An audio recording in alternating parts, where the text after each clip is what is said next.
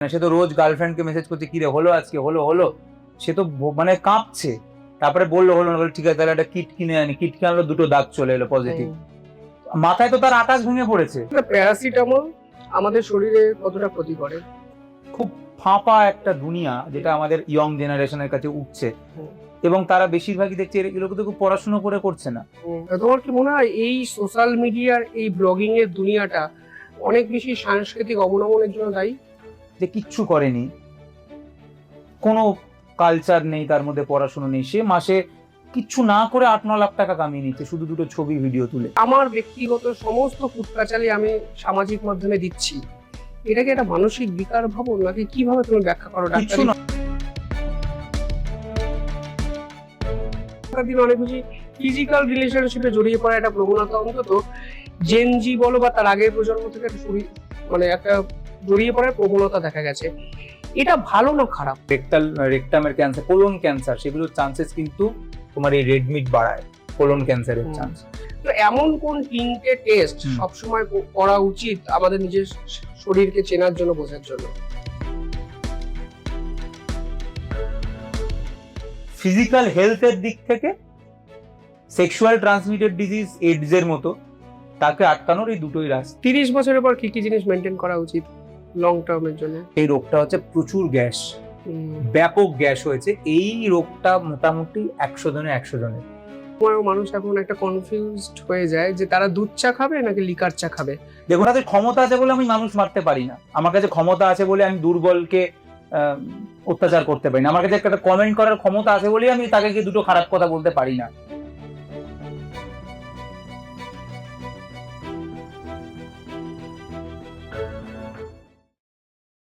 নতুন প্রজন্মের সমস্যা অনেক, তারা নাকি বড় বেশি ডিপ্রেশনে ভোগেন।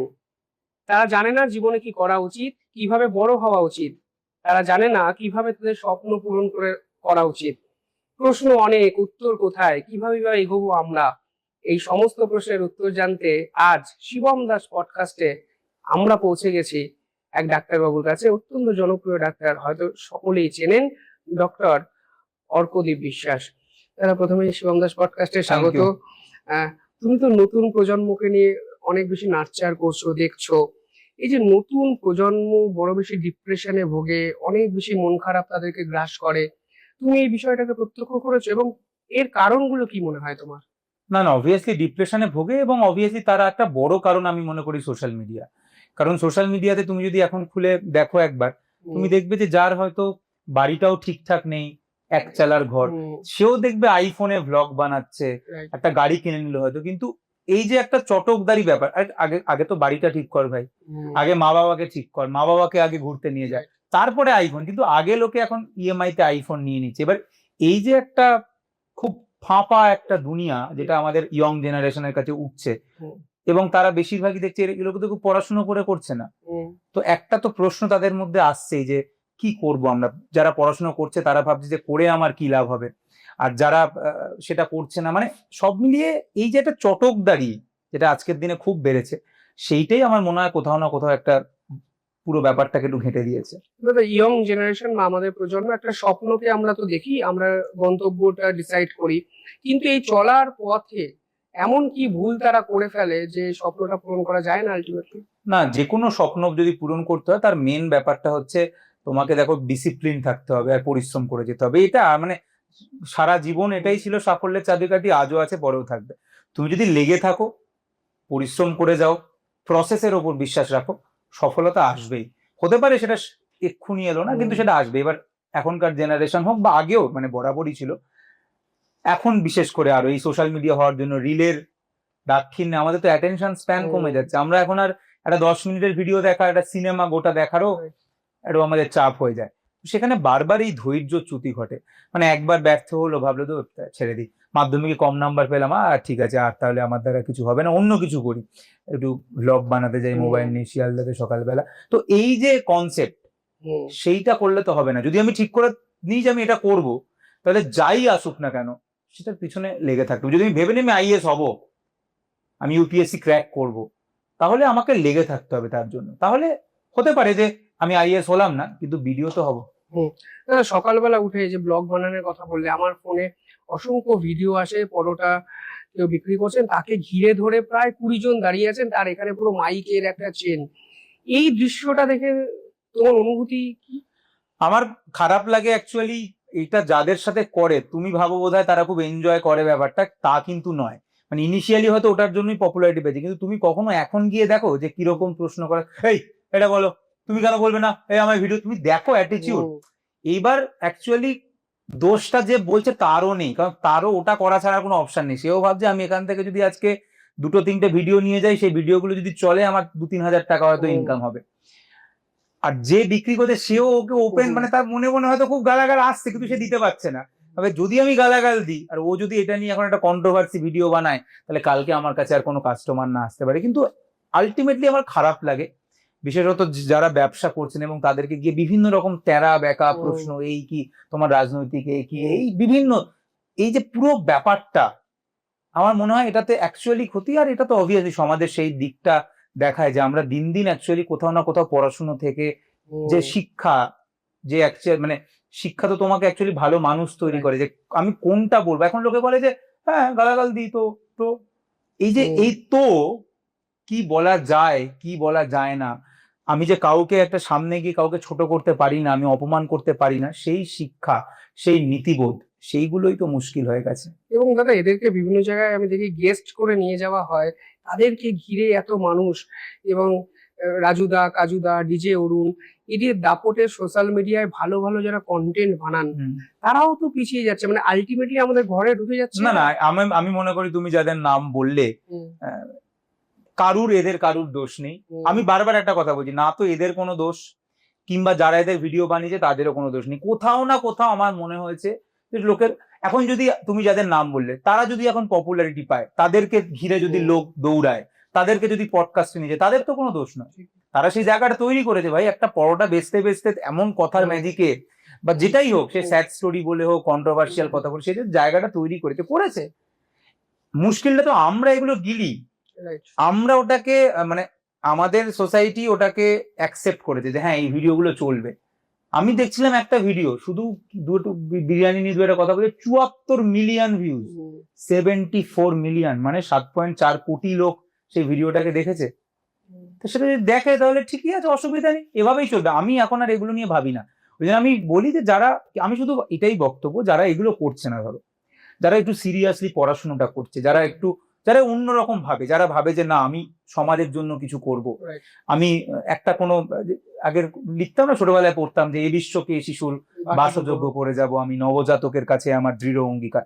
তো এখনকার এই যে তুমি যাদের কথা বললে বা যারা তাদেরকে নিয়ে ভিডিও বানায়, তারা তো কাল নিয়ে ভাবে না, তারা তো ওই মুহূর্তটাকে নিয়ে ভাবছে যে আমি একটা ভিডিও কোনো রকমের একটা ক্লিপ পাই, এটা ভাইরাল হয়ে যাক, 500-2000 টাকা চলে আসুক, আমাকে একটা, এইটুকুই ভাবে। কিন্তু ধরো যে ছেলে মেয়েটা অন্যরকম ভাবছে যে আমি একটা অন্য কিছু করবো, আমি সমাজকে কিছু ফিরিয়ে দিয়ে যাব, আমি ভালো কিছু করব, আমি শুধু তাদেরকে নিয়ে চিন্তিত।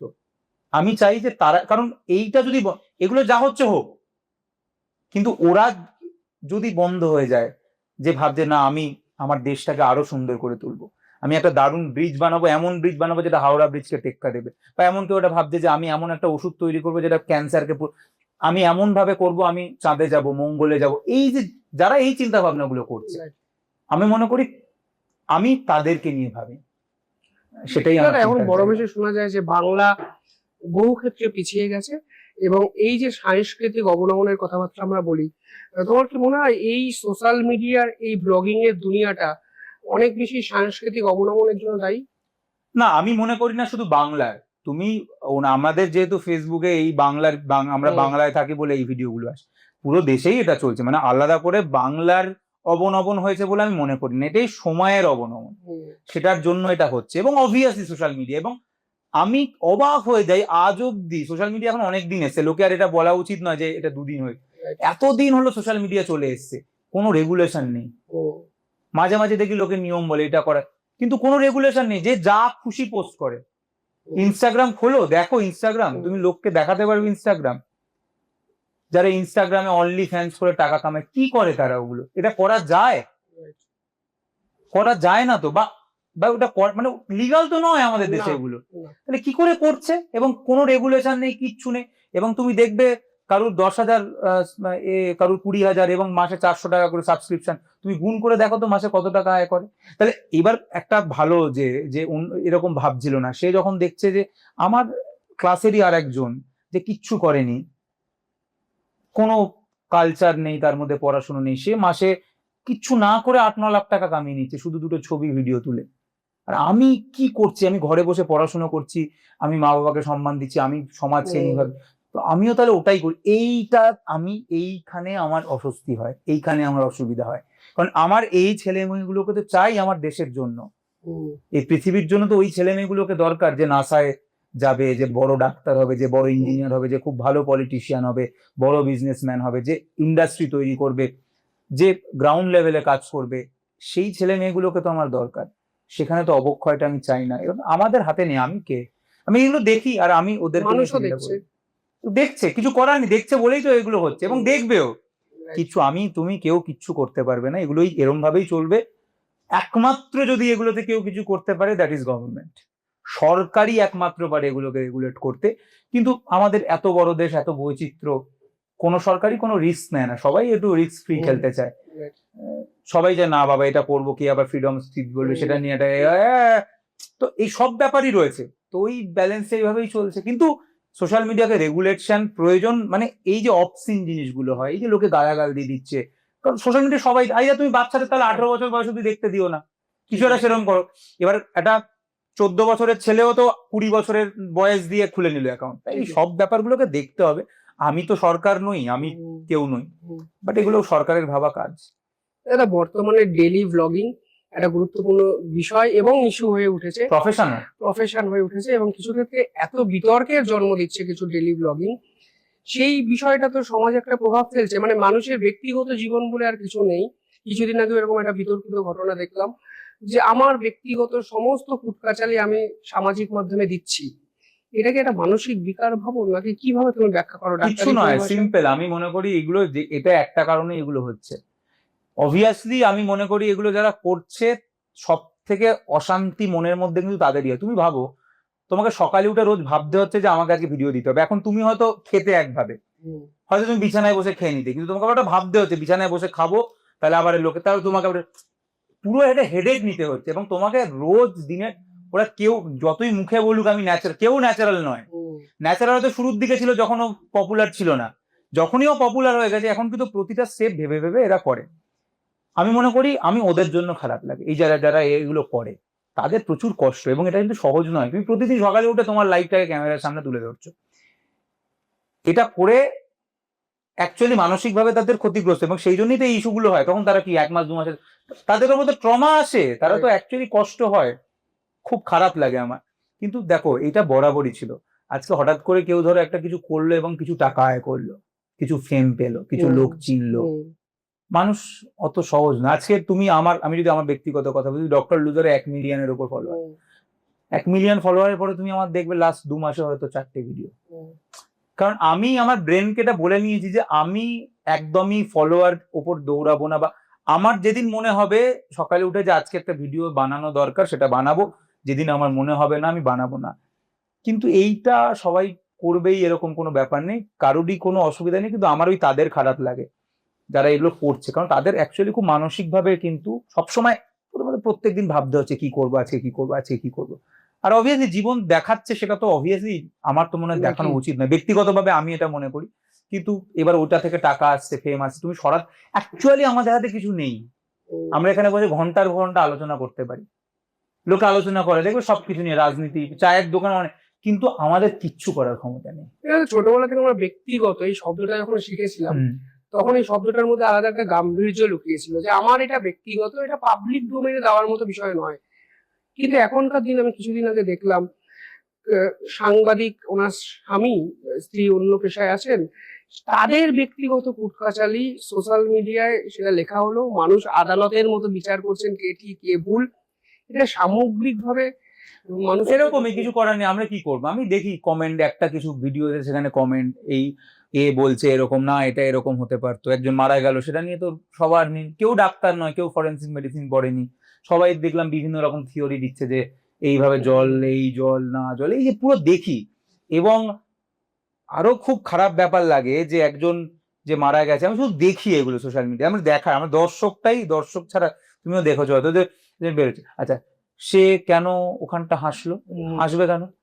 আচ্ছা আমি আবার দেখলাম, এবং আমি মনে করি এটা ব্যক্তি, আমি পরের দিন আরেকদিন দেখলাম, এবং দেখলাম সে মানে কনসাসলি সে আর কিন্তু, এবং এই তো এইবার ঠিক আছে, একদম হাসেনি, একদম, এগুলো কি?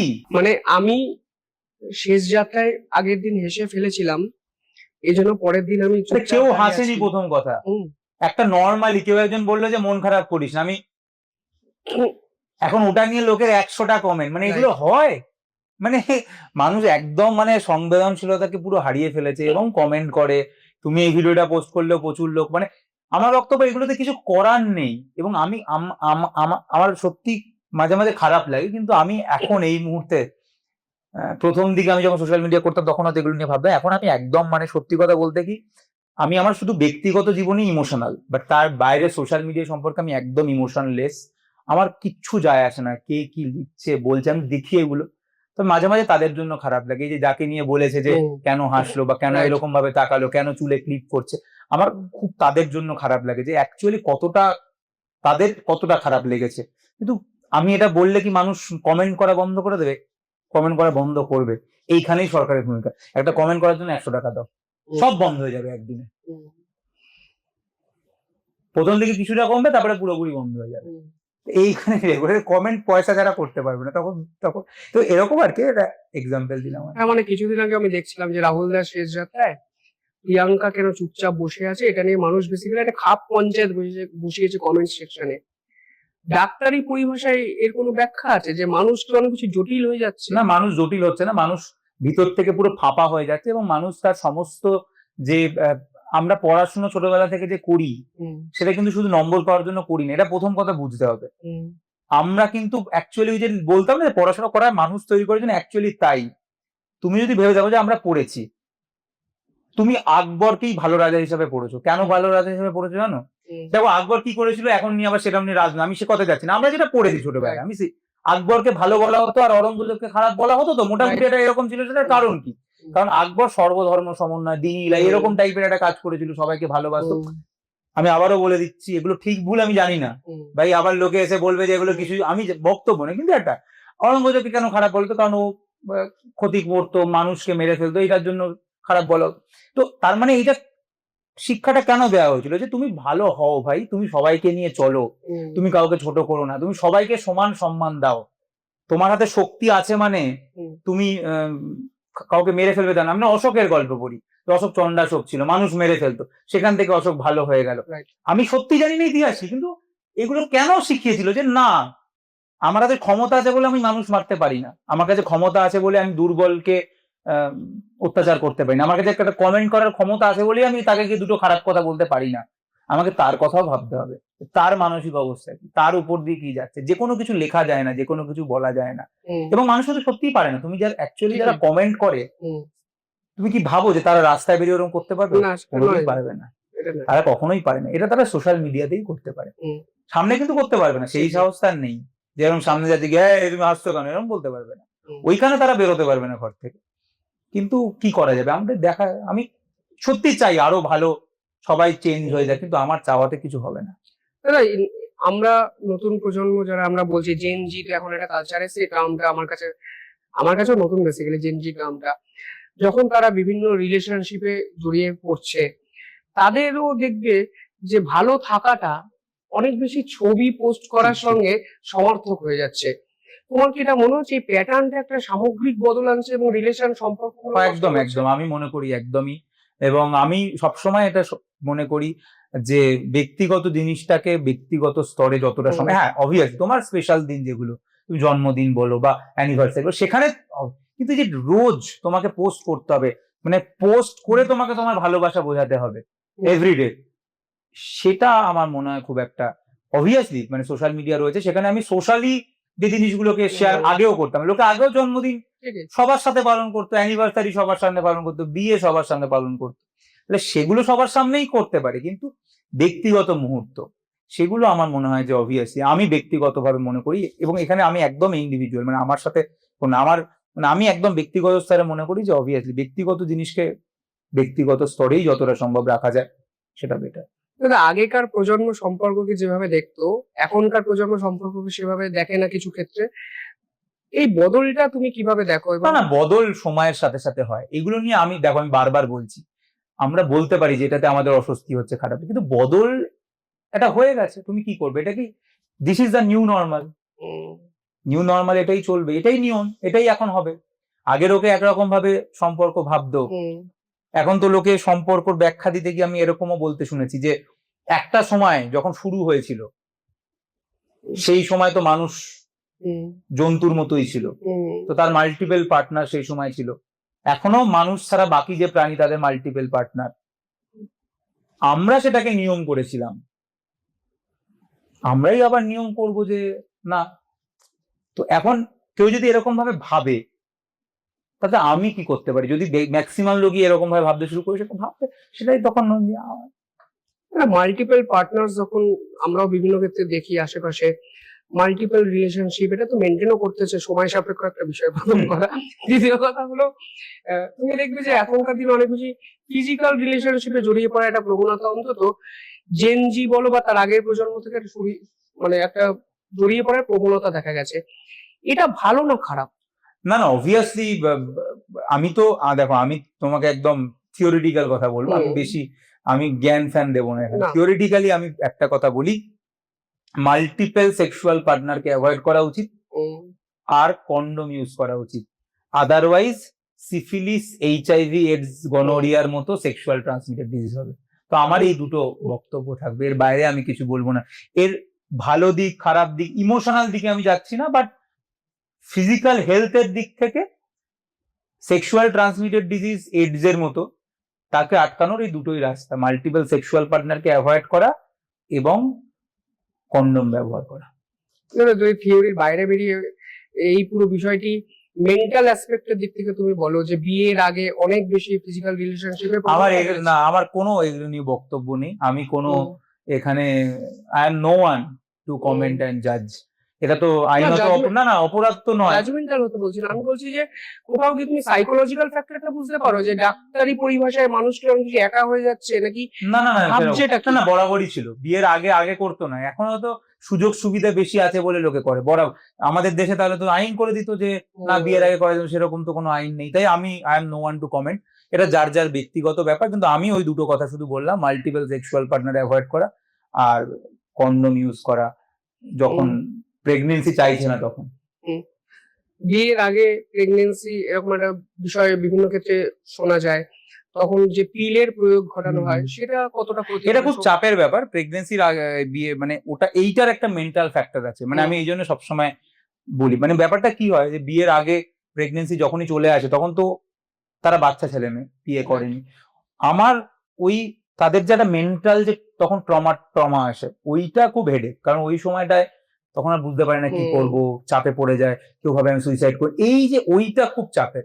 সেই জন্য আমি তো মনে করি যে প্রেগনেন্সি যাদের না আসে সেইটা তারা যেন মাথায় রাখে, কারণ তারপর টেনশন করবে কোথায় যাবো, এবার কি করবো, হাসপাতালে যাবো, বাড়িতে বলবো, বাড়িতে বলতে পারবো না, তাই অত কিছু দরকার নেই, সিম্পল ইউজ কন্ডোম, ফ্রিতে গভর্নমেন্ট দেয় আর সস্তাতেই পাওয়া যায়। তো আমার বক্তব্য অত চাপ নেওয়ার প্রয়োজন নেই, বাকি এটাই বলার আর কিছু। পিলটা শরীরে কতটা ক্ষতিকর? অবশ্যই যে কোনো পিলস, মানে যেটা তুমি বলছো এমার্জেন্সি পিলের কথা, যেটা আনপ্রোটেক্টেড সেক্স যদি কেউ করে থাকে এবং তার যদি মনে হয়ে থাকে যে প্রেগনেন্ট হতে পারি, তাহলে তার 72 ঘন্টার মধ্যে যে ওষুধটা নিতে হয় তার মধ্যে হাই ডোজে হরমোন থাকে। এবার সেটা যদি কেউ বারবার নেয়, কখনো কালে ভদ্রে একবার নিল সারা জীবনে সেটা একরকম, কিন্তু মাঝে মাঝে 2-3 মাস অন্তর অন্তর নিচে এত হাইড্রোজ প্রোজেস্টেরন, তার পুরো যে সাইকেল মেয়েটার যে পিরিয়ডের যে সাইকেল সেটাকে পুরো ধ্বংস করে দেবে, ইউটেরাসের উপর একটা এফেক্ট ফেলবে, হেভি ব্লিডিং হবে, আবার তারপরে ব্লিডিং হবে না, তো পুরো জিনিসটাই পুরো ঘেটে যাবে, অবভিয়াসলি প্রচন্ড এফেক্ট করবে। আর মেন্টালি যে ট্রমাটা সেটাকে কাটানোর কোনো উপায়? মেন্টাল ট্রমা কাটানোর উপায় প্রেগনেন্সি হয়েও না, সেটা তো মানে এখন হলে তো ট্রমা আসবেই, এখন আমি বললে তো আর হবে না, সে তো একটা 20-21 বছরের ছেলে, তার তো মাথার উপর আকাশ ভেঙে পড়েছে, সে তো আর বুঝতে পারছে না, সে তো রোজ গার্লফ্রেন্ডকে মেসেজ করছে কিরে হলো আজকে, হলো, সে তো মানে কাঁপছে, তারপরে বললো হলো না, ঠিক আছে তাহলে একটা কিট কিনে আনি, কিট কিনে আনলো, 2টো দাগ চলে এলো পজিটিভ, মাথায় তো তার আকাশ ভেঙে পড়েছে। তো এই ফেসটা, এটা তো তখন সে কি করবে, তখন তো সে অসহায়, সে আমি যাই বলি তখন তো তার সলিউশন একমাত্র কিছু, মেয়েটা আলটিমেট কি সলিউশন, দু তিনটেই সলিউশন আছে। মেয়েটাকে বিয়ে করতে হবে, তাকে বিয়ে না করলে সেই তাহলে প্রেগনেন্সি আইদার দুটো অপশন, আইদার প্রেগনেন্সি কন্টিনিউ করবে অথবা অ্যাবর্ট করবে। Right. যদি প্রেগনেন্সি কন্টিনিউ করতে হয় তাহলে তার একটা হেডেক, পুরো বলতে হবে, জানাতে হবে, একটা ব্যাপার। অ্যাবর্ট করতে হলে তাহলে কোথায় নিয়ে যাবে, কোন হাসপাতাল, কি ব্যাপার। এটা থেকে যে জিনিসটা হয়, অনেক জায়গাতে রয়েছে গ্রাম ট্রামের দিকে, যে অ্যাবর্শন করানো হয় ইলিগালি, কিছু পয়সা ইলিগালি বলছি না, মানে করানো হয় যেখানে সেট আপ সেরকম নেই। এবং এই অ্যাবর্শন করাতে গিয়ে প্রচুর আমি দেখেছি এরকম যাদের সেপটিক অ্যাবর্শন হয়ে গেছে এবং সেখান থেকে মৃত্যু অবধি হয়েছে। তাই এই জিনিসটাকে অ্যাভয়েড করা উচিত। বিয়ের মানে যদি কেউ রেডি না থাকে যে আমি প্রেগনেন্ট হতে এখন রাজি নই, তাহলে তার সবসময় কন্ট্রাসেপটিভ জিনিসপত্র ইউজ করা উচিত। তুমি তোমার পেশাগত জীবনে এমন তিনটে জিনিস কি দেখেছো যে মানুষের কাছে, যেগুলো তোমাদের কাছে মিথ কিন্তু মানুষ ওগুলোকে কঠোরভাবে বিশ্বাস করে? অনেক কিছু আছে, যেরকম লোকের একটা ছেলে মেয়ে নিয়ে একটা ধারণা আছে যে এই সময় ছেলে হয়, এই সময় মেয়ে হয়, ঠিক আছে, এইটা করলে ছেলে হবে, এটা করলে মেয়ে হবে, এরকম একটা বহু মানুষের মধ্যে এরকম ধারণা আছে। বাট এর কোনো বাস্তব ব্যাপার নেই, কারণ বিজ্ঞানসম্মত কোনো থাকতেই পারে না। তার কারণ একটা মেয়ের শরীরে যে ডিমটা তৈরি হচ্ছে, সেই ডিমটার মধ্যে একখানা এক্স ক্রোমোজোম রয়েছে, আর ছেলেদের শরীর থেকে যে 2-3 কোটি স্পার্ম যাচ্ছে, তার মধ্যে 50% এক্স আছে, 50% ওয়াই রয়েছে। মেয়েটার শরীরে গিয়ে আলটিমেটলি ওই 2 কোটির মধ্যে কোন স্পার্মটা যাবে সেটা কেউ জানে না। যদি এক্স ওয়ালা স্পার্ম দেয় তাহলে মেয়ে হবে, যদি ওয়াই ওয়ালা স্পার্ম দেয় তাহলে ছেলে হবে। তাহলে ওটা আমাদের কোনো রকম ভাবেই হাতে নেই। এটা একটা খুব মিথ, একটা খুব কমন মিথ। যেটা আর একটা বলতে চাই, যেটা আমি ব্যক্তিগতভাবে, যেহেতু আমি মেডিসিনের প্র্যাকটিস করি সেই জন্য আমি দেখি, সেটা হচ্ছে যে তোমার এই অনেকেই আমাকে এসে প্রশ্ন করে যে আমার গাঁটে গাঁটে ব্যথা এইসব হচ্ছে, তো আমি ওই খাবো না, ডাল খাবো না, ডাল টমেটো এগুলো খাবো না, আমার ইউরিক অ্যাসিড বেড়ে যাবে। বাট এটা আবার একটা মিথ। আজকের দিনে দাঁড়িয়ে ক্লিয়ারলি বলা হয়েছে যে ইউরিক অ্যাসিড বাড়ে কেবলমাত্র রেড মিট, সামুদ্রিক মাছ খেলে আর মদ খেলে, এই তিনটে জিনিসে ইউরিক অ্যাসিড বাড়ে। আর একটা হচ্ছে খুব হাই ফ্রুক্টোজ যে সমস্ত খাবার রয়েছে, প্রচন্ড মিষ্টি, চিনি, সেই সমস্ত খাবারে বাড়তে পারে। বাট তার বাইরে এই যে ডাল টমেটো এইগুলো থেকে ইউরিক অ্যাসিড বাড়ার খুব একটা সম্ভাবনা নেই। এই দুটো তো খুব কমন মিথ যেটা এই মুহূর্তে মাথায় আসছে। প্যারাসিটামল আমাদের শরীরে কতটা ক্ষতি করে? খুব ক্ষতি করে না। Paracetamol is one of the safest drug. মানে প্যারাসিটামল, এবার তুমি যদি এখন 30-40 টাকাও আলাদা কথা, বাট মোটামুটি দিনে 2-3টে কেউ প্যারাসিটামল খেলো, মানে আমি অকারণে বলছি, মানে এমনি তো কেউ প্যারাসিটামল তো খেতে ভালো নয়, হজমলার মধ্যে কেউ প্যারাসিটামল খাবে। যেরকম আমার অ্যাডিকশন রয়েছে, বাসে ওঠে না, হজমি ওঠে, প্রথমে দুটো টেস্ট করতে দেয়, তারপরে আমি ওটা কিনে নিই, বাস নামতে নামতেই আমার শেষ হয়ে যায়। কিন্তু প্যারাসিটামল তো এরকম নয় যে আমি ভালো লাগছে আমি খেয়ে যাব। কিন্তু paracetamol is a safest drug. তুমি মোটামুটি তোমার ওজন অনুযায়ী পার কেজি বডি ওয়েটে তুমি মোটামুটি ধরে নাও 10 মিলিগ্রাম খেতে পারো। তাহলে তোমার ওজন যদি 70 হয়, তাহলে তুমি 700 মিলিগ্রামের এক একটা ট্যাবলেট, মানে ওই 650-1000 2-3টে খেতে পারো দিনে। যদি তোমার জ্বর আসে, মাথা যন্ত্রণা করে, কোথাও ব্যথা হচ্ছে, কখন খাওয়া উচিত নয় প্যারাসিটামল? প্যারাসিটামল অবভিয়াসলি যাদের লিভার খারাপ, খুব খারাপ, তাদের ক্ষেত্রে প্যারাসিটামলটা একটু দেখে শুনে খেতে হবে। আদারওয়াইজ প্যারাসিটামল কিন্তু খুব একটা প্যারাসিটামলের কন্ট্রাডিকশন নেই। Paracetamol is one of the safest drug. যখন আমাদের বুক জ্বালা করে, পেট জ্বালা করে, অনেকে আমরা ইনো খাই, অনেকে বলেন ইনোর একটা মারাত্মক সাইড এফেক্ট আছে। ইনো জিনিসটা অ্যাকচুয়ালি আমাদের ডাক্তারির জিনিস নয়। আচ্ছা, ঠিক আছে, কারণ আমরা যে কারুর পেট জ্বালা করছে বা এই যে জ্বালাগুলো যেগুলো করছে, ইনো তো তুমি একটা ব্র্যান্ডের নাম বললে, আমি কোনো ব্র্যান্ডের কথা বলছি না, মানে ওটা যাই হোক আমরা বলি না, ওটা যে খায় খেয়ে তো কিছু লাভ হয়। আমরা যেটা মেনলি বলি যে কারুর যদি পেট জ্বালা করছে বা এই জিনিসগুলো কেন করছে, কারণ তার অ্যাসিড প্রোডাকশন বেশি হয়েছে। তো অ্যাসিড প্রোডাকশনকে কম করার আমরা ওষুধ দিই, মানে যেটাকে কমনলি প্যান্টোপ্রাজল গ্রুপের ওষুধ, ওমেপ্রাজল গ্রুপের ওষুধ, তারা অ্যাসিড সিক্রিশনকে কম করে। কিংবা যাদের অ্যাসিড হয়ে গেছে, তখন সেটা কমানোর জন্য আমরা অ্যান্টাসিড দিই। গোলাপি রঙের সিরাপ পাওয়া যায় বা ট্যাবলেট পাওয়া যায়, সেগুলো অ্যান্টাসিড হিসেবে কাজ করে, আমরা সেগুলোই প্রেসক্রাইব করি আর কি। এমনি পার্টিকুলারলি ওই নির্দিষ্ট ইনোর মতো ওষুধগুলো কি বা ওই লিকুইড গুলো কি আমাদের শরীরে ক্ষতি করে? দেখো, আমরা সবাই কম বেশি কখনো না কখনো খেয়েছি, ক্ষতি কেউ করেনি। এখন কেউ মুঠো মুঠো খেলে তো সবকিছুই ক্ষতি করতে পারে, বাট ওই আর কি, প্রয়োজন হলো কেউ খেলো, তাতে আর কি ক্ষতি হবে 1-2 বার। কোনো কিছুই তুমি লিমিটে করলে সেটা ক্ষতি নয়। যখনই তুমি জীবনে যাই কিছু, যখনই তুমি আর পারছো না, মানে আরো আরো আরো চাই, তখনই মুশকিল হয়ে যাবে। দাদা, আমরা অনেকেই বিভিন্ন সময় বিভিন্ন ভিডিও দেখি যে মানুষ চলতে চলতে হার্ট অ্যাটাক হয়ে যাচ্ছে, বিভিন্ন এমন কিছু ঘটনা যেটা আমাদের চমকে দেয়। তো এমন কোন তিনটে টেস্ট সবসময় করা উচিত আমাদের নিজের শরীরকে চেনার জন্য, বোঝার জন্য? হার্ট অ্যাটাক ডায়াগনোসিস করার জন্য অনেক রকম টেস্ট তুমি করতে পারো, তোমার হার্টের অবস্থা কি দেখার জন্য। যেরকম দেখো, কমনলি হার্ট অ্যাটাক হয় কাদের বেশি? যাদের আনকন্ট্রোলড প্রেসার এবং সুগার রয়েছে।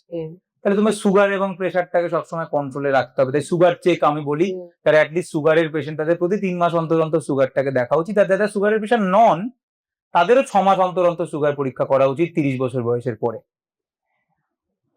প্রেসারটাকে কন্ট্রোলে রাখতে হচ্ছে। তার বাইরে তুমি লিপিড প্রোফাইল যেটা আমরা বলি, কারণ লিপিড প্রোফাইলের মধ্যে একটা লিপিড রয়েছে যেটা পার্টিকুলারলি এলডিএল, সেটা হচ্ছে হার্ট অ্যাটাকের জন্য একদম ভাইটাল একটা জিনিস। এই এলডিএল লেভেলকে আমাদের দেশে মোটামুটি 80 নিচে রাখা উচিত। 80 নিচে রাখতে হবে। 110-20 থাকে এবং তারা ভাবে নর্মাল না, নর্মাল নয়। ভারতের রেসপেক্টে it should be less than 80। বই বলে 90 এর নিচে, আমি বলি 80 নিচে। এবং সেটা কমানোর খুব সহজ উপায়, তুমি ডেলি 45 মিনিট করে যদি জোরে হাঁটো তাহলেই ওটা নর্মাল হয়ে যাবে। তো এলডিএল লেভেল মানে লিপিড প্রোফাইল আর সুগার, এই দুটো তো খুব কমন টেস্ট, যেটা হার্ট অ্যাটাককে মানে অ্যাপারেন্টলি মানে সস্তায় হয়ে যায়। এবার এর বাইরে তুমি হার্ট দেখার জন্য দামি দামি কিছু টেস্ট আছে, যেরকম তোমার একটা HSCRP বলে একটা টেস্ট রয়েছে, কিংবা খুব ভালো টেস্ট যেখানে তুমি একদম দেখে নেবে, সেটা হচ্ছে সিটি অ্যানজিওগ্রাম। মানে প্রপার তুমি এনজিও না করে ও সিটি স্ক্যান হয়, মানে ছবি হার্টের, যেখানে হার্টের মধ্যে যত আমাদের করোনারি আর্টারি রয়েছে, যার মধ্যে দিয়ে হার্টের মধ্যে রক্ত চলাচল করছে, তো তাদের কি স্ট্যাটাস, কতটা ব্লক রয়েছে, কতটা ব্লক নেই, সেটার তুমি একটা আন্দাজ পেয়ে যাবে। তো সেইটা দিয়ে দেখতে পাবো। আমি আবারও বলে দিই, সবসময় বলি, হার্ট অ্যাটাক কেউ জানে না কার কখন হবে। মানে একজন ভদ্রলোক যার ধরো 90% করোনারি আর্টারিতে ব্লকেজ রয়েছে, তার এটা হতে পারে তার আজীবন কোনোদিন হার্ট অ্যাটাক হলো না, সে অন্য কোনো কারণে মারা গেল। আর একটা 25 বছরের ছেলে যার হয়তো 2% ব্লকেজ ছিল, মানে কোন একদম নর্মাল, তারও হার্ট অ্যাটাক হতে পারে। অ্যাকচুয়ালি ব্লকেজ কত পার্সেন্ট রয়েছে তার উপর হার্ট অ্যাটাক নির্ভর করে না। এই জিনিসটা অনেক লোককে বুঝতে হবে। কিসের উপর নির্ভর করে এটা ওই সময়? এটা অনেক কিছুর উপর নির্ভর করে, তার মানে নির্দিষ্ট কোনো ফ্যাক্টর নেই। কিন্তু হার্ট অ্যাটাক হয় অ্যাকচুয়ালি কেন, সেটা হচ্ছে যে একটা ধরো এটার মধ্যে দিয়ে রক্ত যাচ্ছে, এবার 90% ব্লকেজ হয়ে গেছে, মানে ধরো এতটা ব্লকেজ হয়ে গেছে, তো একদম উপর দিয়ে শুরু করে রাস্তা যাচ্ছে, তো অ্যাপারেন্টলি আমাদের মনে হয় এটা যেদিন পুরো ব্লক হয়ে যাবে সেদিন হার্ট অ্যাটাক হবে। ঠিক, কিন্তু বহু লোকের এই 90%ই হয়ে থাকে, বাকিটা আর হয় না, সে সারা জীবন বেঁচে গেল এইভাবে। কারোর একটা সামান্য ব্লকেজ, তো উপর দিয়ে পুরো রক্ত যাচ্ছিল, এই যে ক্লট, এটা বাস্ট করে, এবং বাস্ট করে ওই নোংরাটা পুরো রাস্তাটাকে ব্লক করে দেয়। মানে ধরো রাস্তার একদিকে একটা নোংরার স্তূপ ছিল, ওই নোংরার স্তূপটাকে তুমি ছড়িয়ে দিলে পুরো রাস্তাটাই নোংরা চলে গেল, তো পুরো নোংরাটা রাস্তাটা ব্লক করে দেয়, এবং সাডেনলি 25 বছরের 26 বছরের ছেলের হার্ট অ্যাটাক হয়ে যায়। এবার তুমি যদি আমাকে বলো ক্লটটা বাস্ট করবে কার, কখন, কেন, কোনো উত্তর নেই। কোলেস্ট্রল বাড়ে কেন এক্স্যাক্টলি? মানে অনেক মানুষের এখন একটাই সমস্যা, ব্যাড কোলেস্ট্রল বাড়ছে, যেটা তুমি বললে কিছুটা। কোলেস্ট্রল বাড়ার এক্স্যাক্ট রিজনটা কি? দেখো, কোলেস্ট্রল বাড়ার একটা তো বড় কারণ হচ্ছে আনহেলদি লাইফস্টাইল লিড করা। তুমি যদি সারাদিন বসে থাকো, ডেইলি যদি 40-45 মিনিট করে না হাঁটো, তুমি যদি রেড মিট খাও, অ্যালকোহল খাও, তাতে তো কোলেস্ট্রল বাড়বেই। কিন্তু অনেকের ক্ষেত্রে কোলেস্ট্রল বাড়ার কারণ কিন্তু জেনেটিকও হয়। তো জেনেটিক কারণেও তার শরীরে এমন কিছু এনজাইম রয়েছে, যে এনজাইম গুলো ওভার অ্যাক্টিভ থাকার জন্য বা যে কোনো কারণে হোক, তো জেনেটিক কারণেও অনেকের কোলেস্টেরল বাড়ে, যেগুলোকে আমরা ফ্যামিলিয়াল হাইপার কোলেস্ট্রলেমিয়া বলি। তো ফ্যামিলিয়াল ওগুলো, তো সেগুলোও হতে পারে। আবার আনহেলদি লাইফস্টাইল তো রয়েছে তার সাথে। এটা কমানোর কি কোনো প্রচুর ওষুধ আছে। ওষুধই কি একমাত্র পথ? আর বললাম 45 মিনিট করে হাঁটবো, ডেইলি 45 মিনিট ব্রিস্ক ওয়াকিং, এটা খুব ইম্পর্টেন্ট। খাওয়া দাওয়া কন্ট্রোল, এটা খুব ইম্পর্টেন্ট। বাট ওইটা জোরে হাঁটা 45 মিনিট ডেইলি, ওটাই হচ্ছে ম্যাজিক। দাদা, খাসির মাংস এবং মুরগির মাংস শরীরের পক্ষে ক্ষতিকর কিছু কি একটাও আছে? এবং অনেকে বলে যে খাসির মাংস খাওয়া ভালো নয়। ভালো নয়, বটেই ভালো নয়, খারাপই খাসির মাংস। মুরগির মাংস থেকে তো খাসির মাংস খারাপ, এটা নিয়ে কোনো ডাউট থাকার উচিত নয়। কারণ রেড মিটের মধ্যে 1 নম্বর তো অনেক আজকের দিনে কার্সিনোজেন থাকে। তো রেড মিট কিন্তু রেকটাল মানে হ্যাঁ তোমার রেকটামের ক্যান্সার, কোলন ক্যান্সার, সেগুলোর চান্সেস কিন্তু তোমার এই রেড মিট বাড়ায় কোলন ক্যান্সারের চান্স। এছাড়া রেড মিটের মধ্যে অবভিয়াসলি তোমার এলডিএল লেভেল বাড়ার সম্ভাবনা অনেক বেশি, ইউরিক অ্যাসিড লেভেলকে বাড়ানোর সম্ভাবনা অনেক বেশি। সেটা অবভিয়াসলি চিকেনের দিকে সেগুলো অনেকটা সেফ, অনেকটা বেটার। মাটনের থেকে অবভিয়াসলি চিকেন বেটার। তবে কেউ যদি কখনো 2-3 মাসে একবার মাটন খায়, তাতে আর কি যায় আসবে, তাতে কোনো অসুবিধা নেই। কিন্তু ডেইলি কেউ মটন খাচ্ছে, সেটা তো খারাপ বটে। মাটন নিয়ে অনেক গল্প বিভিন্ন সময় আমরাও শুনি। অনেকে মাটন ছাড়া চিকেন খেতে এখন ভালোই বাসেন না। আমার একজন চেনা পরিচিত রাজনীতিবিদ আছেন, তিনি মনে করেন যে বিরিয়ানিটা চিকেন বিরিয়ানি হয় না, সেটা ঠিক, মাটন বিরিয়ানি। সেটা এবং অবভিয়াসলি মাটনের চর্বিটা কতটা ক্ষতি করছে আমাদের। না না, মাটন জিনিসটা খারাপ, কিন্তু খারাপ সব খারাপ জিনিসই ভালো হয়। হুম, আমাদের কোনটা ভালো লাগে, যেটা খারাপ সেটাই তো ভালো লাগে, তো সেটা নর্মাল। হুম, যেহেতু মাটন খেতে তো ভালো, এ তো তুলনা নেই। হুম, বিরিয়ানি মানে মাটন বিরিয়ানি আমিও বলবো, হুম, এটা নিয়ে এর কোনো ডাউট নেই এখানে। হুম, কিন্তু তুমি আমাকে জিজ্ঞাসা করলে ডাক্তারির অ্যাঙ্গেলে, হুম, সেক্ষেত্রে কিন্তু আমিও যদি আমাকে চয়েস করতে বলা হয় হুম। যে আমি কোন বিরিয়ানি খাবো, তোমার কোনো অসুস্থতা হবে না, তোমার কোনো চাপ নেই, আমি মটন বিরিয়ানি খাবো যে কোনো দিন। মাটনের চর্বিটা আমাদের শরীরে ঠিক কিভাবে ক্ষতি করে? একই রকম, ওগুলো সবই তোমার ওই ট্রাইগ্লিসারাইড, এলডিএল লেভেল এগুলোকে বাড়াবে, হুম, এগুলো বাড়াবে আলটিমেটলি। এবার সেগুলো তার সঙ্গে তোমার ওই যত ওইগুলো বাড়বে এবং এত হাই কন্টেন্ট থাকে ওর মধ্যে, সেগুলো কিন্তু সবই মানে পুরো মেটাবলিজমটাকে বিগড়ে দেয়। প্রথম কথা, খাবারটা হজমও হতে চায় না, মটন কিন্তু হজম হওয়াটাও ডিফিকাল্ট। তো সেই ক্ষেত্রে পুরো মানে সিস্টেমটাকেই পুরো মটন ফটন খেয়ে শুয়ে পড়তে হবে। হুম, মটন ফটনের কাজ করা উচিত না। মটন বিরিয়ানি খেয়ে আবার তুমি ভাবলে যদি হাঁটা চলা করবো, ওসব খুব মুশকিল। মটন ফটন খেয়ে শুয়ে পড়তে হবে, কিন্তু খারাপ তো বটেই। তোমার ফ্যাটি লিভার থেকে শুরু করে, হার্ট অ্যাটাকের থেকে শুরু করে, ইউরিক অ্যাসিড থেকে শুরু করে সবকিছুর উপরই এফেক্ট ফেলবে। দাদা, বাঙালিদের কোন 3টে রোগ সব থেকে বেশি বর্তমান সময়ে হচ্ছে? তুমি এটা অনুভব ডায়াবেটিস করেছো? যে কোনো টাইমে 1 নম্বর রোগ, সবার আচ্ছা। প্রচুর ডায়াবেটিস হচ্ছে, অল্প বয়স থেকে ডায়াবেটিস শুরু হচ্ছে। ডায়াবেটিস তো খুব কমন। ডায়াবেটিসের রিজনটা কি, মানে কেন এত বেশি ডায়াবেটিক হয়ে পড়ছেন মানুষ? না না, ডায়াবেটিস কেন হচ্ছে তার কারণ তোমার শরীরে ডায়াবেটিস মানে কি, ডায়াবেটিস মানে হচ্ছে তোমার রক্তে চিনির শর্করা পরিমাণ বাড়ছে। বেড়ে গেছে। হুম, তো চিনির পরিমাণ কমায় তোমার শরীরে একটাই হরমোন আছে, এরকম একজনই আছে যে তোমার শরীরে চিনিটা কমায়, তার নাম হচ্ছে ইনসুলিন। তো ইনসুলিন কখনো কখনো তৈরি হয় না কারোর শরীরে, ইনসুলিন তৈরিই হয় না, তাহলে তাদের ডায়াবেটিস হবে। সেটা জেনারেলি ছোটবেলা থেকে হয়, যেরকম টাইপ 1 ডায়াবেটিস বলি, হুম, যেটা ওয়াসিম আকরামেরও ছিল বা হুম, অনেকেরই আছে। আর টাইপ 2 মানে যখন ইনসুলিন আর কাজ করতে পারে না, যারা মেনলি মোটা হয়ে যায়, চর্বি জমে যায়, তো ইনসুলিন কাজ করতে পারে না। ইনসুলিন কাজ না করতে পারার জন্য ডায়াবেটিস, এবং সেটাই সব থেকে কমন। ইনসুলিন যদি কাজ না করতে পারে, যেটা একটা বললাম তোমার প্রচুর চর্বি টর্বি জমে, তো কাজ করতে পারে না, তো রোগা যদি হতে পারে। এই জন্য আমার কাছেও যখন প্রথম ডায়াবেটিসের কোনো ফার্স্ট টাইম পেশেন্ট এলো, যার প্রথমবার সুগার ধরা পড়েছে, আমি কিন্তু তাকে ব্যক্তিগতভাবে শুরুতে বলি যে আপনি আগে 2 মাস আপনার খাওয়া দাওয়াকে কন্ট্রোল করুন, একদম চিনি খাবেন না অতিরিক্ত, ডেলি হাঁটাচলা করুন, ওজনটা কমান, 5-10 কেজি ওজন কমান 3 মাসের মধ্যে। এবং বেশিরভাগ ক্ষেত্রেই কিন্তু দেখি তার কিন্তু সুগারের ওষুধটা লাগে না, রিভার্স করে যায় প্রথম দিকে। মিষ্টি খেলে কি ডায়াবেটিস বাড়ে? এটা একটা মিথ নাকি না সত্যি বাড়ে? ডায়াবেটিস হয়ে গেলে তখন যদি কেউ মিষ্টি খায়, তাহলে তো সুগারটা বাড়বেই। কিন্তু সুগার খেলেই যে ডায়াবেটিস হবে এরকম কোনো ব্যাপার নেই, মানে মিষ্টি খেলেই ডায়াবেটিস হবে এরকম কোনো ব্যাপার নেই। দেখো, ডায়াবেটিস একটা এমন রোগ যেটা অনেকগুলো ফ্যাক্টরের উপর ডিপেন্ড করছে। তুমি শুধু মিষ্টি খেলে, তাহলে আগেও বহু লোক মিষ্টি খেতে, সবার তো ডায়াবেটিস হতো, ওরকম নয়।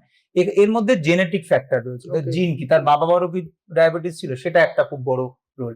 এনভায়রনমেন্টাল কিছু ফ্যাক্টর আছে, তোমার ব্যক্তিগত হেলথ, ওবেসিটি, মোটা না রোগা, এই সমস্ত ফ্যাক্টরের উপর ডিপেন্ড করে। শুধু রসগোল্লা আমি খেলাম বলে আমার ডায়াবেটিস হবে, একদমই নয়। রসগোল্লা খেলে ইনসুলিন তো কম কাজ করবে না, ওরকম ব্যাপার নয়। তো অনেকগুলো ফ্যাক্টর আছে। তবে কেউ ধরো, তুমি ধরো এখন দিনে রোজ 100টা করে রসগোল্লা খাওয়া শুরু করেছো, রসগোল্লা খাচ্ছ দিনে 50টা, সকালে 50টা, এবার 50টা করে রসগোল্লা যখনই খাচ্ছ, তখনই তোমার শরীর থেকে ইনসুলিন বেরোচ্ছে, এবং ইনসুলিন বেরিয়ে তোমার ওটাকে কন্ট্রোল করছে। এবার রোজ এটা করছে, একসময় তো হাত তুলে দেবে, যখন হাত তুলে দেবে ডায়াবেটিস হয়ে যাবে। ডায়াবেটিস ছাড়া আর বাকি দুটো রোগ? ডায়াবেটিস খুব কমন, থাইরয়েডিস ভেরি কমন, হাইপোথাইরয়েডিজম প্রচুর লোকের দেখা যায়। হাইপোথাইরয়েডিজম মানে তোমার থাইরয়েড হরমোন গুলো কম বেরোচ্ছে, মেয়েদের মেনলি হয়, মেয়ে ফিমেল পেশেন্টদের মধ্যে থাইরয়েডের সমস্যা খুব কমন। এবং যখনই থাইরয়েড হরমোন কম বেরোয়, তখনই ওজন বাড়তে থাকে, ক্লান্ত ভাব আসে, মাথার চুল পড়ে যায়, তো এরকম বিভিন্ন রকম সমস্যা, মেয়েদের পিরিয়ড ইরেগুলার হয়ে যায়, এই সমস্ত সমস্যাগুলো হয়ে যায়। তো হাইপোথাইরয়েডিজম আর একটা খুব কমন রোগ। আর 3 নম্বর কমন রোগ যেটা, সেটা আইডিয়ালি আমরা বলি জেনারেলাইজড অ্যাংজাইটি ডিসঅর্ডার। বহু মানুষের মধ্যে রয়েছে, রোদ্দুরে বেরোলেই বুকটা ধরপড় করে, রাত্রিরে ঘুম হয় না, একটু কিছু হলেই টেনশন হয়, কেউ জোরে কথা বললে বুকটা কেঁপে ওঠে। এই 3টে খুব কমন রোগ, কিন্তু যেটা কমন রোগ নয়, বাট প্রত্যেকটা লোকে মনে করে যে তার রয়েছে, সবাই ওটা বলেই। মানে আমার কাছে কেউ একটা এলো খুব কমপ্লিকেটেড কোনো একটা রোগ নিয়ে, আমি তাকে খুব ভালো ভালো কিছু ওষুধ দিলাম, কিন্তু লাস্টে ওই রোগটা সে বলবেই যে আমার এই রোগটা আছে, এবং সেই রোগটা হচ্ছে প্রচুর গ্যাস, ব্যাপক গ্যাস হয়েছে। এই রোগটা মোটামুটি 100 জনে 100 জনের। অ্যাকচুয়ালি গ্যাস সবার নেই, ওরকম ভাবে গ্যাস হয়ও না, গ্যাস মাথায়ও ওঠে না, গ্যাস এদিক ওদিকও যায় না, হুম। কিছুই হয় না। গ্যাস একটা নির্দিষ্ট জায়গাতেই যেহেতু গ্যাস তৈরি হতে পারে, পেটের মধ্যে একটু ব্লোটেড ভাব লাগতে পারে, হুম। কিন্তু লোক গ্যাসকে মাথায় পাঠায়, লোক গ্যাসকে হাঁটুতে পাঠিয়ে দেয়, লোক গ্যাসকে পায়ে হাতের আঙুলে পাঠিয়ে বলে হাত ঝিনঝিন করছে গ্যাস থেকে। তো গ্যাসকে এই একটা হচ্ছে সমস্যা, যেটা অ্যাকচুয়ালি সমস্যা নয়, হুম। বাট লোকের মনে হয় আর কি। এটা এক্স্যাক্টলি গ্যাস ফর্ম যাদের করে বেশি, গ্যাস সবারই ফর্ম করে, তোমার আমার প্রত্যেকেরই। সলিউশনটা কি যাদের অতিরিক্ত এটা যারা ভাবে কিছু যে কিছু খাবার আছে যে খাবারগুলো অতিরিক্ত গ্যাস ফর্ম করায়, তার মধ্যে একটা খুব কমন খাবার যেটা আমরা সবাই খাই সেটা হচ্ছে ময়দা। হুম, ময়দা বা গ্লুটেন জাতীয় খাবার, মানে যে খাবারে গ্লুটেন আছে, তারা একটু এই জিনিসগুলোকে একটু বেশি করে। মিল্ক, দুধ। হুম, তো আমি এই জন্য বলি যাদের এগুলো খুব অতিরিক্ত সমস্যা, আমি তাদেরকে বলি আপনি আপাতত 1 মাস গ্লুটেন যে খাবারগুলোতে রয়েছে, মানে ময়দাতে রয়েছে, ওটসে রয়েছে, হুম। এইগুলো খাবেন না। আর দুধ জাতীয় কিছু খাবেন না, 2 মাস করে দেখুন। তো আমি বহু জনের দেখেছি তাদের তারপরে হুম। ঠিক হয়ে গেছে। দাদা, চা খাওয়ার সময়ও মানুষ এখন একটা কনফিউজড হয়ে যায় যে তারা দুধ চা খাবে নাকি লিকার চা খাবে। দেখুন, হেলথের যদি আপনি হেলথ ওয়াইজ ভাবে, হুম, যদি হেলথ আমি ভালো থাকবো, হুম, তাহলে তো তাকে র চাই খেতে হবে, হুম। স্বাভাবিক ব্যাপার। দুধ চা খারাপ খাওয়া? দুধের মধ্যে দুধ চিনি আছে, সেগুলো তো দুটোই খারাপ। হুম, কিন্তু আমি এখন চা খাবো জমিয়ে বসে। হুম, হুম, আগে দেখছিলাম মুখ্যমন্ত্রী বলছিল হুম, যে আমি সকালে একটা চা খুব ভালো চা খাই। হুম, তো আমরা যারা চা প্রেমী, বা চা প্রেমী দু রকমের, একদম সফিস্টিকেটেড কিছু চা প্রেমী থাকে, হুম। যারা একদম সেই ফার্স্ট ফ্লাশ সেকেন্ড ফ্লাশ কি বলে, একদম দার্জিলিং থেকে হ্যাঁ। পারলে চায়ের পাতা থেকে পাতা এনে ওইরকম ফুটিয়েও, এসব আমরা বুঝি না। আমরা বাঙালিরা কি চা বুঝি, একদম ঘন দুধের চা, হ্যাঁ, চিনি থাকবে বেশি করে, একটু এলাচ ফেলাচ থাকবে, একটা গন্ধ হবে। তো আমরা তো এরকম চা পছন্দ করি। অবভিয়াসলি এটা খারাপ স্বাস্থ্যের দিক থেকে, কিন্তু সবকিছুতে স্বাস্থ্য ভেবে সবাই সবকিছু করবে, সবকিছু নিয়মে চলবে, সেটা তো হতেও পারে না। তোমার কি মনে হয় যে একটা সময়ের পর শরীরটা মানে বিজ্ঞান ভিত্তিক ভাবে চালানো উচিত, মানে অনেক কিছু অবশ্যই। restrict যদি করা বেশি দিন কেউ চায় যে আমি সুস্থ হুম। থাকবো, বেশি দিন বাঁচবো, হুম। তাহলে তো তাকে অনেক কিছু মেনটেন করে চলতে হবে। 30 বছরের পর কি কি জিনিস মেনটেন করা উচিত লং টার্মের জন্য? 30 বছরের পরে অবভিয়াসলি প্রথমত একটা হেলথ চেক আপের মধ্যে থাকা উচিত, নির্দিষ্ট 6 মাস হোক, অ্যাটলিস্ট 6 মাস অন্তর অন্তর সুগারটা দেখা, প্রেশারটাকে চেকে রাখা, লিপিড প্রোফাইল, হুম। এলএফটি, ফ্যাটি লিভার, যেগুলো এখন খুব কমন রোগ, ফ্যাটি লিভার হচ্ছে সবার কম বেশি, লিপিড প্রোফাইল, হুম। প্রেশার, সুগার, এই জিনিসগুলোকে দেখা। মানে আমি বলবো 3টে অর্গ্যানকে দেখে রাখা। একটা কিডনি, হুম। তো কিডনি দেখার জন্য অ্যাটলিস্ট একটা ইউরিনের পরীক্ষা করা, একটা ইউরিয়া ক্রিয়েটিনিন দেখা, এগুলো একটু দেখা। একটা লিভারের কিছু পরীক্ষা, বেসিক পরীক্ষা যেগুলো, এবং হার্ট, তো তার জন্য সুগারকে চেক রাখা, একটা ইসিজি করা। মানে এই 3টে হুম। জিনিসকে তো নির্দিষ্ট ভাবে রাখা উচিত। আর যারা মেয়েদের ক্ষেত্রে আমি খুব গুরুত্বপূর্ণ একটা কথা বলবো, মেয়েদের ব্রেস্ট ক্যান্সার খুব কমন। তো এই নির্দিষ্ট একটা বয়সের পরে কিন্তু ম্যামোগ্রাম বলি আমরা, বা ইউএসজি বলি অনেক ক্ষেত্রে, সেটা বয়সের ক্ষেত্রে ডিপেন্ড করে। তো ব্রেস্টের একটা করে এক্সামিনেশন করা উচিত অ্যানুয়ালি। সেলফ ব্রেস্ট এক্সামিনেশনও খুব ইম্পর্টেন্ট, যে দেখা যে কোনো ফোলা জায়গা লাগছে কিনা, কোনো লাম্প আছে, কারণ breast cancer is very common. Breast ক্যান্সারকে কিন্তু যদি আগে থেকে ডায়াগনোসিস করা যায়, তাহলে কিন্তু পুরোপুরি এটা Okay. কিওরেবল।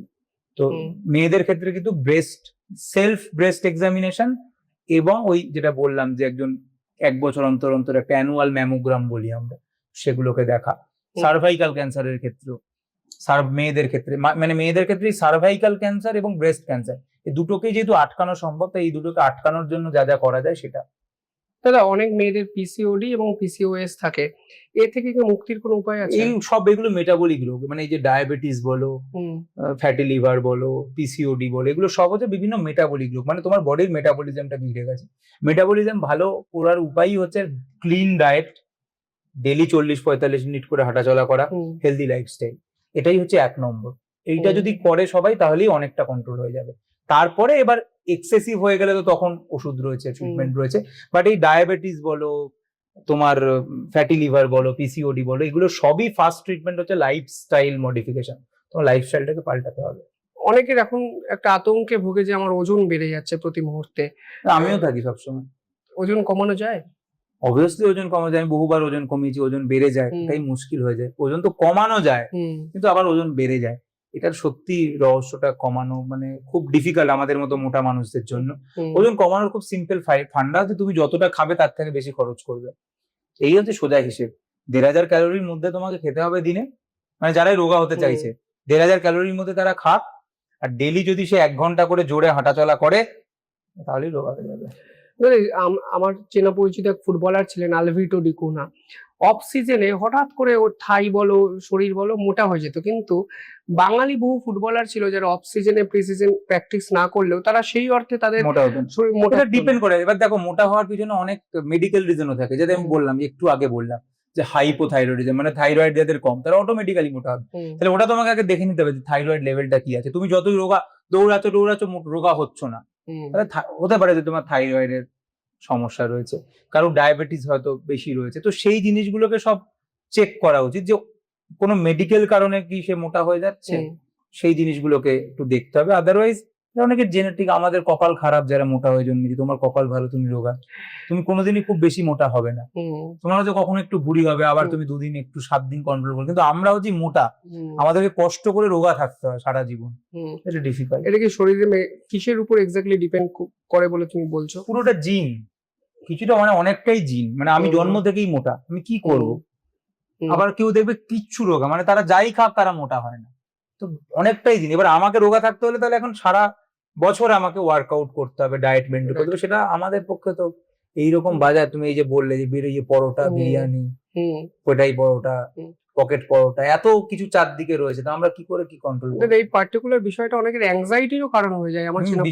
আমার মোটা যখন ওই খারাপ লাগে তো অ্যাংজাইটি তো হয়, সেখান থেকে তো অনেক রকমের মানসিক রোগও তৈরি হয়, যেগুলোকে আমরা বুলিমিয়া নার্ভোসা বলি, অ্যানোরেক্সিয়া নার্ভোসা, এরকম টাইপের বিভিন্ন রোগ আছে। অ্যানোরেক্সিয়া নার্ভোসা মানে তাকে রোগা থাকতেই হবে, সে কিচ্ছু খায় না, জল অব্দি খায় না, এবং সে রোগা হয়ে যায়, এবং তারপরে দেখা যায় মানে খুব মানে হার্টের উপর এফেক্ট করে খুব।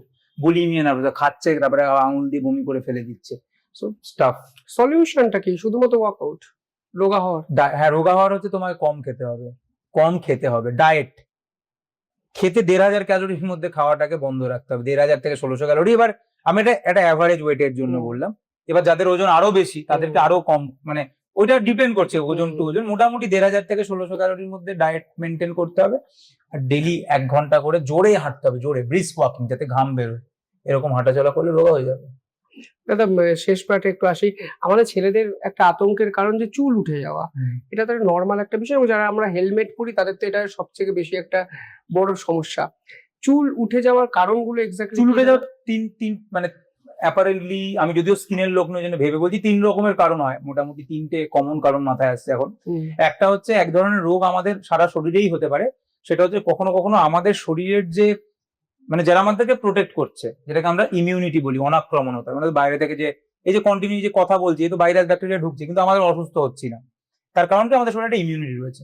কখনো কখনো এই ইমিউনিটি বিগড়ে যায় এবং ওরা আমাদেরকেই অ্যাটাক করে, শরীরে বিভিন্ন জায়গায়, লিভারকে এফেক্ট করতে পারে, থাইরয়েডকে এফেক্ট করতে পারে, ওরা চুলের ফলিকেলকেও অ্যাটাক করে, তো তখন চুল একটা উঠে যায়। ঠিক আছে, ওটা এক ধরনের। তুমি দেখবে একটা প্যাচ, হঠাৎ করে ঘুম থেকে উঠে দেখলো একটা গোল প্যাচ, চুলটা একটা জায়গাতে, পার্টিকুলার একটা জায়গাতে নেই, ফাঁকা হয়ে গেছে, তাক পোকা না কি সব এটা এরকম এটা কি বলে। তো এই ধরনের একটা রোগ আছে, এটা একটা কারণ চুল পড়ার, বাট এই ক্ষেত্রে ট্রিটমেন্ট আছে, এবং ট্রিটমেন্ট করাবে, ওখানে ওষুধ দেবে, ঠিক হয়ে যাবে, পুরোপুরি কিওর হবে। 2 নম্বর হচ্ছে বিভিন্ন ইনফেকশনের কারণে, ইনফেকশন হলো এই খুশকি বা কোনো একটা ইনফেকশন হলো, তার জন্য চুল পড়তে পারে। সেখানেও তুমি যদি ইনফেকশন গুলোকে ঠিক করো তাহলে চুল পড়া ঠিক হয়ে যাবে। 4টে কারণ, যেটা 2টো হলো। 3 নম্বর কারণ হচ্ছে স্ট্রেস, অ্যাংজাইটি। অনেকের একটা বড় অপারেশন হলো, তারপরে চুল পড়ে যায়, অনেকে যারা কেমোথেরাপি নেয় চুল পড়ে যায়, বাট সেই চুলগুলো কিন্তু ফেরত চলে আসে।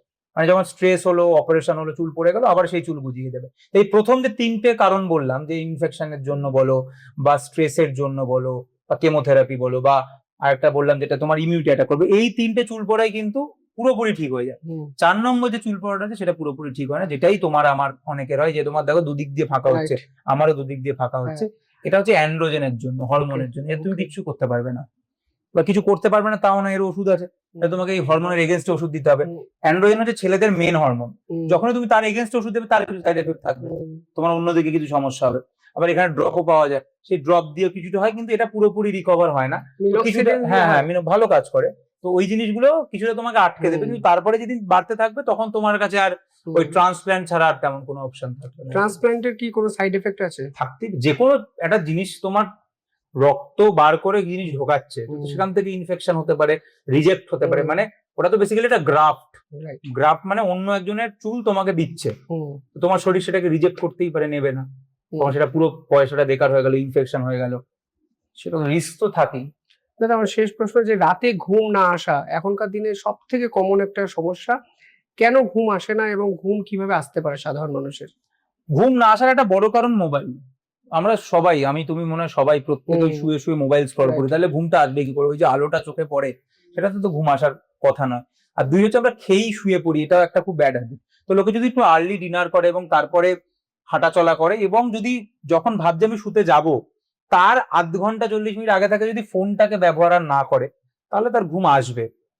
ঠিক আছে, আমি রিসেন্টলি একজন খুব বড় কমেডিয়ানের একটা, আমি ঘুমের কথা বললে বলে আমি মনে পড়লো, আমি বলতে চাই তোমার ভিডিও থ্রুতে, আমি একটা কমেডিয়ানের একটা, মানে ওই তুমি শুরু করেছিল না সোশ্যাল মিডিয়া দেখি, খারাপ জায়গায় গেছে আমি বলছি, খুব পপুলার কমেডিয়ান, এই মুহূর্তে তুমি দেশের সব থেকে পপুলার কমেডিয়ান ভাবতে পারো। সেই বলছিল যে আমার জীবনে এত এত খারাপ সময় ছিল, এত স্ট্রেস এসেছিল, ডাক্তারবাবু ওষুধ দিয়েছিল, আমি 2টো খেলাম, কাজ হলো না, আমি 36টা ট্যাবলেট Right. খেলাম। এখন আমি ভাবি, এই যে তুমি শুরুটা করেছিলাম সেখান দিয়ে শেষ হলো, তাহলে একজন এত বড়, তাকে এত লোক দেখছে এবং সে ওপেনলি বলছে আমি 36টা খেলাম, এখন যদি ওইটা খেয়ে যদি আরেকজন 36টা খায়, সে ভাবলো? সেটা ভাবলো না, কিন্তু ওটা কথাটা বলে দিল, Right. হাততালি পেলো, লোকে তালি মারলো, কারণ কথার মধ্যে 2টো গালাগাল দিল। এটাও কিন্তু একটা বড় কারণ, লোকের হাসি কেন পাচ্ছে, ওই গালাগুলো যদি সরিয়ে দেওয়ার, লোক কিন্তু নাও হাসি পেতে পারে। তো ও ওপেনলি বলে দিল যে আমি 36টা ঘুমের ওষুধ খেয়েছিলাম। তো ঘুমের ওষুধ, যে ঘুম না পেলে তো ঘুমের ওষুধ অবশ্যই খেতে হবে, তা বলে এরকম নয় যে আমি খেয়েই যাচ্ছি, মুঠো মুঠো খেয়ে যাচ্ছি। তো আমরা নির্দিষ্ট ডোজেই কিন্তু দিই, তার থেকে বেশি যদি কেউ ঘুমের ওষুধ খায় সেটা কিন্তু চিরনিদ্রাতেও চলে যেতে পারে। তো সেরকম একদমই করা উচিত, এবং ওষুধ তো প্রেসক্রিপশন ছাড়া ঘুমের ওষুধ খাওয়াও উচিত না, দেওয়া উচিত না। তো তুমি সময় রায়নার ভিডিওর কথা বললে, তোমার কি মনে হয় যে যে যে কারণে সে ঘুমের ওষুধটা খাচ্ছে সেইটার ওভারকাম করার তো একটা উপায় সাধারণ মানুষও খোঁজে, যে আমি ওই খারাপ মোমেন্টটাকে কিভাবে, না না, আমি সুসাইডাল টেন্ডেন্সি আছে, একদম সুইসাইডাল টেন্ডেন্সি থাকলে কাউন্সিলিং এ যাওয়া উচিত, সাইকিয়াট্রিস্টের কাছে যেতে হবে, কথা বলতে হবে, সেগুলো একটা খুব বড় ব্যাপার। কিন্তু আমি মনে করি না যে, তুমি যে কমেডিয়ানের কথা বললে, সে কিন্তু জানতোই এরকম কিছু ঘটতে পারে, সেটাও একটা দিক, ও জেনে বুঝেই করছে। বা তুমি যার কথা বলছো, আজকে ধরো যারা বিপদে পড়েছে সোশ্যাল মিডিয়া জুড়ে, তারা কি জানে না যে আমি যা করছি একদিন না একদিন বিপদ হতে পারে, আমি যা বলছি তারপরেও সে সেটা করছে, তার মানে হয়তো সে অলরেডি রেডি, সেটাও একটা ব্যাপার। কিন্তু তারপরেও যদি সে, যে কোনো মানুষ, শুধু ও কেন, যে কোনো, তার যদি মানসিকভাবে সে ভেঙে পড়ে এবং সে যদি মনে করে যে আমার হেল্প দরকার, হেল্প করার জন্য বহু সাইকিয়াট্রিস্ট রয়েছেন, সাইকোলজিস্ট রয়েছেন, you should go and take help. বাড়ির লোকের সাথে কথা বলতে হবে, কারণ আলটিমেটলি কেউ কিছু খারাপ কাজ করুক, পুরো দুনিয়া তাকে গালাগাল দিক, তার পাশে তার মা বাবা সবসময় দাঁড়িয়ে থাকবে। মানে যে খুব খারাপ দাগি আসামি, তার মা বাবার কাছেও কিন্তু সে তার বাচ্চা। রাইট। তো ইফ ইউ, আমার বক্তব্য, যখনই কোনো সমস্যায় কেউ পড়ছে, তার মনে হচ্ছে সব রাস্তা বন্ধ হয়ে যাচ্ছে, আমার মনে হয় তার মা বাবার সাথে ডিসকাস করা উচিত, কারণ তারা পথ দেখাবে। অবশ্যই তারাই পথ দেখাবে, কোনো ঘুমের ওষুধ আমাদেরকে উত্তরণের পথ দেখায় না। ডাক্তারবাবু অন্তত সেটাই বললেন। এই এপিসোডে আমরা জীবন নিয়ে চর্চা করলাম, শরীর নিয়ে চর্চা করলাম, বিজ্ঞান নিয়ে চর্চা করলাম, সোশ্যাল নেটওয়ার্ক নিয়ে চর্চা করলাম, অনেক বিষয় নিয়ে আলোচনা করেছি। আশা করি আপনাদের অনেক প্রশ্নের উত্তর আমার পাশে বসে অর্কদীপদা দিয়েছেন। অসংখ্য ধন্যবাদ দাদা। Thank you. ধন্যবাদ। আপনারা দেখতে থাকুন শিবম দাস পডকাস্ট। ধন্যবাদ।